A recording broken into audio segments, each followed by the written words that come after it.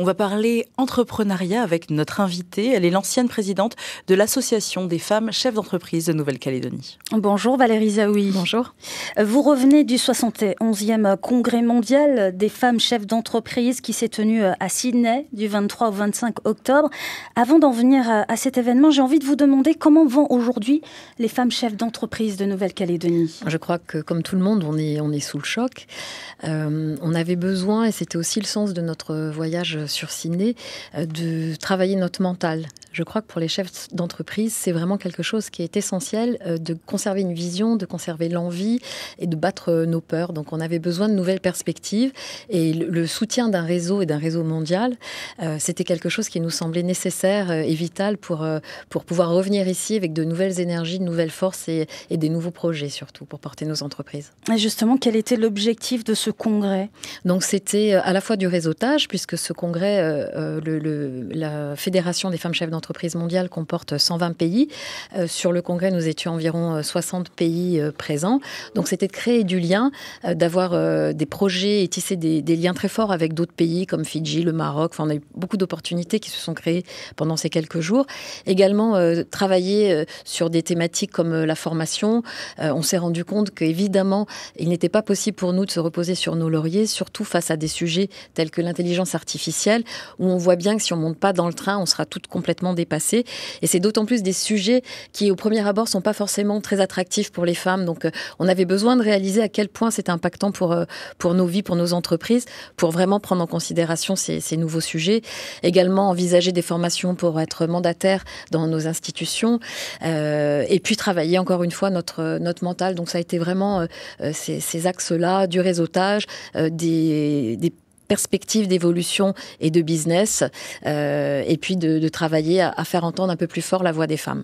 Alors, vous avez appris des choses là-bas. Est-ce que vous avez aussi profité de ce moment pour partager de votre situation très concrète ici en Calédonie ? Bien sûr. Déjà, je dois dire que nous avons reçu un très fort soutien de l'association de métropole, puisqu'on appartient à cette délégation, qui nous ont permis de participer financièrement à ce congrès. C'est la première fois ? C'était la première fois ? C'est la première fois qu'on avait la possibilité de se rendre avec une aussi grosse délégation. Nous étions 20 de Nouvelle-Calédonie, une dizaine de femmes de métropole. Effectivement, la proximité faisait que c'était plus facile, mais tous les ans, un congrès a lieu quelque part dans le monde, l'année prochaine en Grèce. Donc, oui, c'était important pour nous d'y aller. Excusez-moi, j'ai oublié. Vous avez pu partager votre situation. Voilà, exactement. Elles ont montré beaucoup d'empathie envers nous. Elles étaient très à l'écoute. Elles découvraient aussi pour beaucoup la situation de la Nouvelle-Calédonie. Donc, elles nous ont énormément encouragés à poursuivre nos efforts et à revenir avec cette force. Elles nous ont trouvées très résilientes et vraiment leur soutien nous a fait chaud au cœur. Alors, par rapport à la situation économique et sociale calédonienne, qui est catastrophique, on peut le dire, est-ce que le Congrès a pu vous apporter des réponses et vous l'avez dit, du soutien ? Alors, du soutien, des opportunités de business avec d'autres entreprises un peu partout dans le monde, des formations. On a eu des petites formations de quelques heures sur des sujets, je vous l'ai dit, comme l'intelligence artificielle, sur également comment améliorer son réseau. C'est pas tout de distribuer des cartes de visite, mais comment créer un vrai impact. Beaucoup de femmes très inspirantes qui nous ont fait part de leur parcours de vie et qui ont été des vraies ouvertures vers le monde. La pire chose que nous pourrions vivre ici en Calédonie, c'est se renfermer complètement sur nous-mêmes et perdre toute perspective de projet. Et on a besoin de s'ouvrir vers le monde. Et voir toutes ces femmes qui ont des parcours de vie incroyables, voir comment, grâce à leur résilience, elles ont pu rebondir, évidemment, ça nous parle.